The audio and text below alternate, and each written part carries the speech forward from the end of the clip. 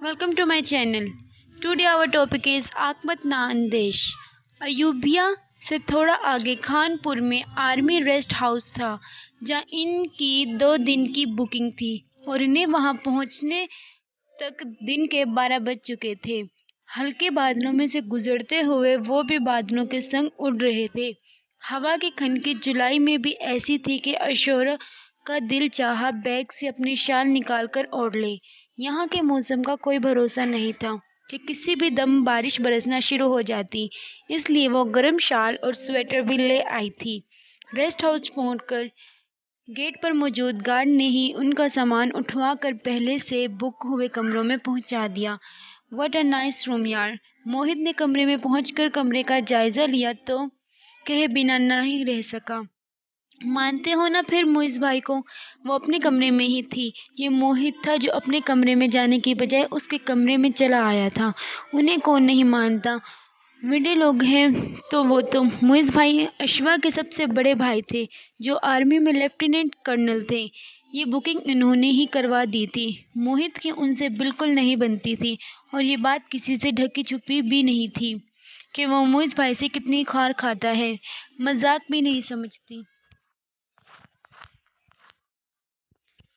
तुम्हारे भूंडे और आउटडेटेड मजाक। इसने उठकर मोहित को बाजू से खींचकर उठाया, वरना वो इसके कमरे में च्युइंगम की तरह चिपकने का इरादा रखता था। अब तुम अपने कमरे में गुम हो जाओ, जाकर चेंज करो ताकि लंच के लिए निकला जाए। आज का दिन घूमने के नाम, कल मैं मीटिंग अटेंड कर लूँ तो वापसी के लिए निकलेंगे। मुझे वापस जाकर फिर कुछ तैयारियां भी करनी हैं। वो कंपनी के बॉस से कुछ ज़रूरी मामलात तय करने और अहम कागजात पर उनके दस्तखत लेने वहां आई थी। रास्ते के अखराजात कंपनी के जिम्मे थे। काम और सैर की सैर। मम्मा ने उसे अकेले जाने से मना किया था।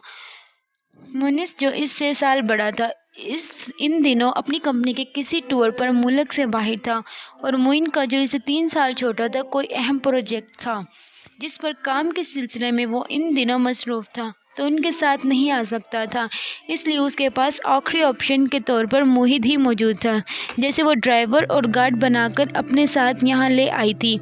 अभी तो पेट में चूहे शोहे पकड़न पकड़ाई खेल रहे हैं।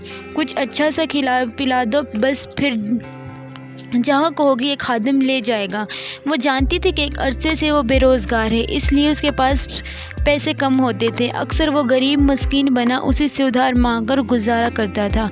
इसलिए यहाँ से निकाल रही हूँ कि जाकर चेंज करो और फिर बाहर जाकर कहीं से अच्छा सा लंच करते हैं। अब तुम मेरे काम से आए हो तो खर्चा भी मेरा ही करवाओगे। मोहित इसकी समझदारी की दाद देता अपने कमरे में चला गया तो अश्वा अपने कपड़े निकाल कर शावर लेने चली गई।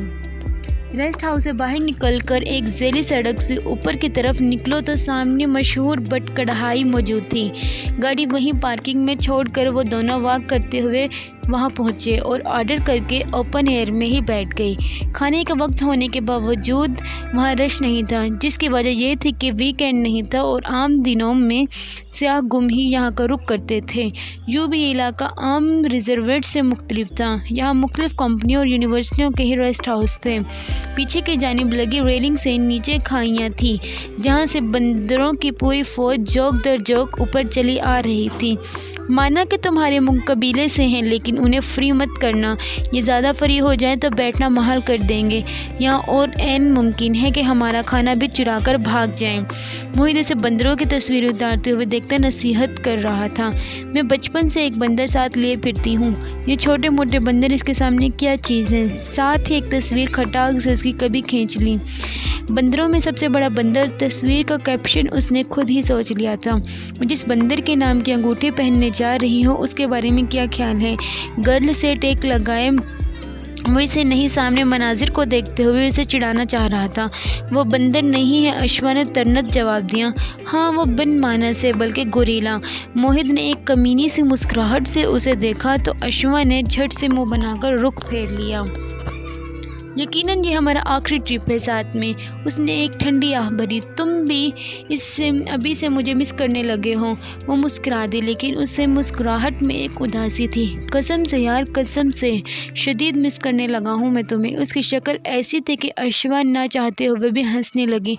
कौन सा दौर जा रही ہوں، اس شہر میں ہوں گی اور اسی طرح تمہارے کان کترتی رہوں گی۔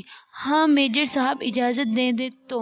کیوں اجازت نہیں دے گا؟ تم میرے بچپن کے دوست ہو، مما اور آنٹی اچھے فرینڈز ہیں، ہم پڑوسی ہیں، تم بچپن سے میرے کلاس فیلو رہے ہو اور ہم نے ساری زندگی اکٹھے گزاری ہے، اکٹھے پڑھا ہے۔ وہ انگلیوں پر اپنے ایک تعلق کا حوالہ گن رہی تھی۔ بالکل بالکل، ہم دونوں انسان ہیں، مسلمان ہیں، پاکستانی ہیں، ایک ہی فضا میں سانس لیتے ہیں، ایک ہی سپلائی سے آنے والا پانی پیتے ہیں۔ اشوا نے اپنا ہینڈ بیگ اسے اٹھا کر مارا جو اس نے کیچ کر لیا۔ ویسے اس سب کا مطلب یہ نہیں نکلتا کہ وہ کہے گا جہاں موہت مرزا سے اتنے تعلق ہیں تو تمہیں باقی کی زندگی بھی موہت مرزا کے ساتھ گزارنے کی اجازت ہے۔ باقی زندگی پر تو اس کا حق ہوگا۔ اشوا نے اسے تڑپ کر دیکھا۔ مجھے باقی کی زندگی موہت مرزا کے ساتھ گزارنے کی اجازت ہی تو نہیں ہے، یہ محض وہ سوچ سکی تھی۔ ویسے بھی وہ مجھے ذرا خود سے جیلس لگتا ہے۔ اشوا نے اسے یوں دیکھا جیسے وہ پاگل ہو گیا ہو۔ وہ اور تم سے جیلس؟ اس کا اتنا برا ٹیسٹ نہیں ہے۔